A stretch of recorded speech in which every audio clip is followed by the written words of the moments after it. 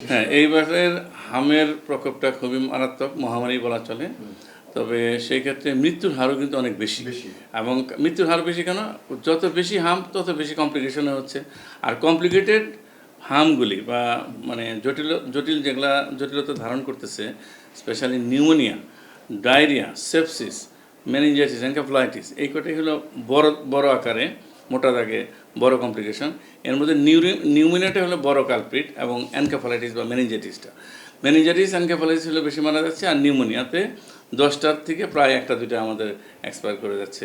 কারণ নিউমোনিয়া এত বেশি জটিল আকার করে, মানে দুই পাশে লাং টিস্যুগুলো এত ড্যামেজ হয়, যেগুলো অ্যান্টিবায়োটিক দেওয়ার পরেও, প্রপার ট্রিটমেন্ট করার পরেও ম্যাক্সিমাম ক্ষেত্রে দেখা যাচ্ছে এগুলি অনেকে ডিটোরিয়েট করে যাচ্ছে।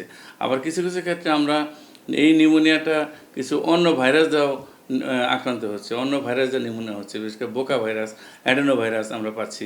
এইগুলি কিন্তু নটোরিয়াস ভাইরাস, এগুলোর এগেনস্ট অ্যান্টিবায়োটিক খুব ভালো ওয়ার্ক করে না। সেই ক্ষেত্রে এইগুলো ম্যাক্সিমাম ক্ষেত্রে খারাপ হয়ে যাচ্ছে। এই ধরনের যেগুলি বোকা ভাইরাস এবং অ্যাডেনো ভাইরাস দ্বারা আক্রান্ত, এগুলি কিন্তু পরবর্তীতে খারাপ হচ্ছে বেশি।